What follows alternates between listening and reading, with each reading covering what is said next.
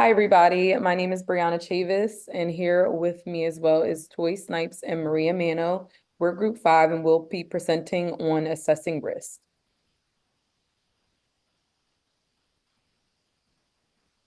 As an introduction to risk, risk of harm typically are associated with social and behavioral research, are social, psychological, economic, and legal in nature. It also encompasses physical harm, which is actually rare, as well as groups may be at risk as well for stigmatization, which could include uh, diseases such as HIV. Um, Identification, assessment, and minimization of risk are important to the conduct of ethical, social, and behavioral research. The three categories of risk of harm are invasion of privacy, breach of confidentiality, and study procedures. For invasion of privacy, it occurs if personal info is assessed or collected without the subject's knowledge or consent. Also, it occurs when a subject's participation in a study is revealed despite assurances that this would not happen. In terms of breach of confidentiality is compromised through an unauthorized release of data. And in terms of study procedures, taking part in research can put subjects at risk. An example of that is gang members. And as most of you probably know, with gangs, it can be very detrimental in terms of violence and things of that nature. So safety is paramount. In terms of assessing risk, there are many various ways to assess risk. As an example of risk, an example that was given is an IP address is linked to online survey about sensitive topic. So basically, that is a low probability of harm and a high magnitude of risk. Uh, Probability of harm is the likelihood that a specific harm might occur, and magnitude is the severity of harm should it occur. In terms of risk relative to time, situation, and culture, uh, basically what that's saying is what may be a socially sensitive topic or issue at one time or place may not be so at another time or place. Examples of this include abortion, sexuality, and marijuana usage. Risk Risks differ with subject population as well. So an example of that would be adults and teenagers smoking. Obviously, there's a health hazard with those two groups, but in terms of teenagers, there's also the issue of it being illegal. Moving on to assessing risks and benefits, we have the balance between the two, starting with the it's integral to beneficence, which is risk of harm are minimized and reasonable in relation to potential benefits. Also, social and behavioral research generally offers little benefit to participants directly. It adds to wealth of knowledge and benefits society. Then moving on to informed consent, and informed consent is key to minimizing risk and maintaining respect for persons. Informed consent also is process should include steps to how participants' information will be kept confidential. Since participants aren't benefiting directly from the research, but are still assuming all of the risk that would associate with the informed consent portion. Then we have ways to manage the risk, which would be anonymous data collection, safeguarding data, which consists of removing direct identifiers, code for identifiers, use and protect passwords for data storage, minimize transfer of direct identifiers, and then we move on to certificates of confidentiality. The NIH protection afforded to researchers from the compelled disclosure of identifiable research information, and it also applies in civil, criminal, administrative, legislative, or other proceedings. And then lastly, waiver of documentation of consent.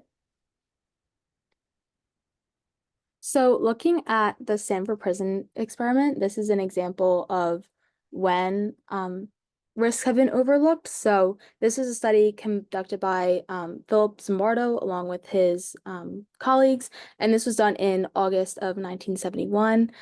This was a simulation study of the psychology of imprisonment, and this was conducted in the basement of the psychology building at Stanford University.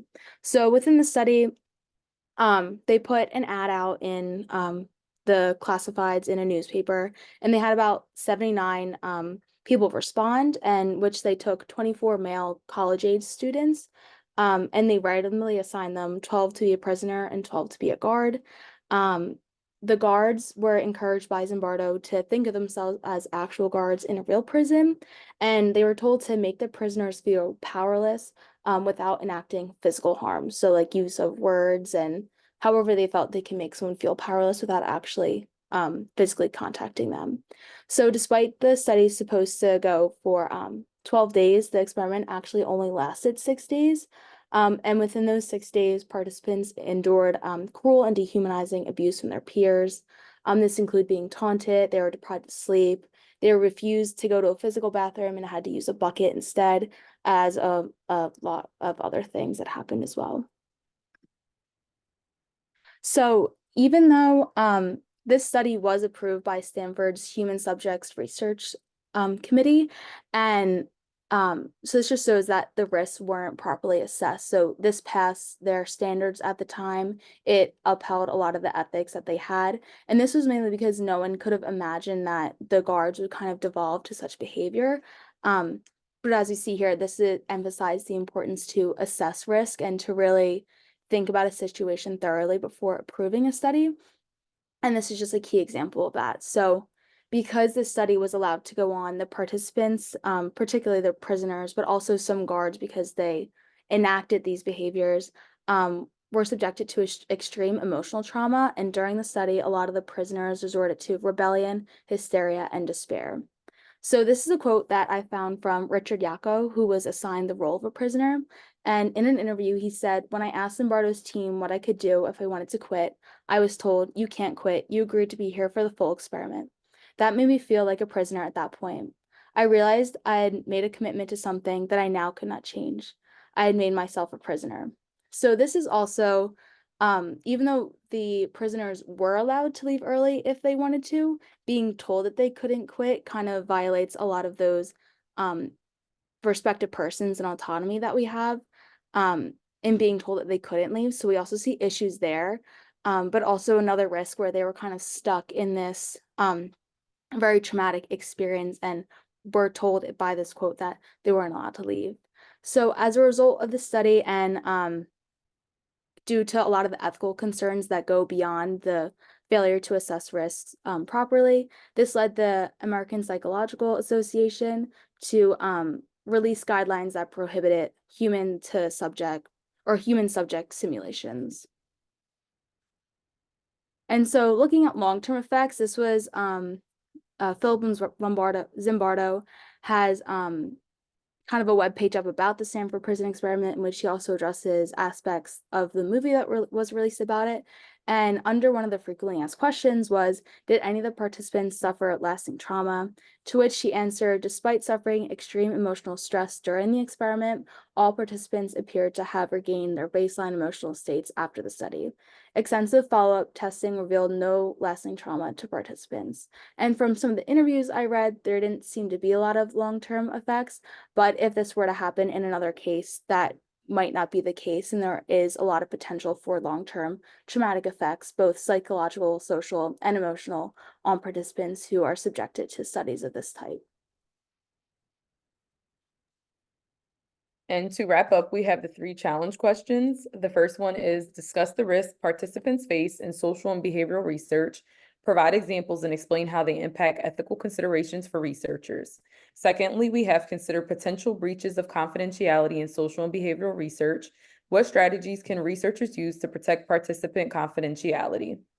Lastly, discuss the probability and magnitude of harm in social and behavioral research risk assessment. Explain how these concepts interact and why it's essential to consider both when determining the overall risk level of a study. And then on this last slide, we have our references.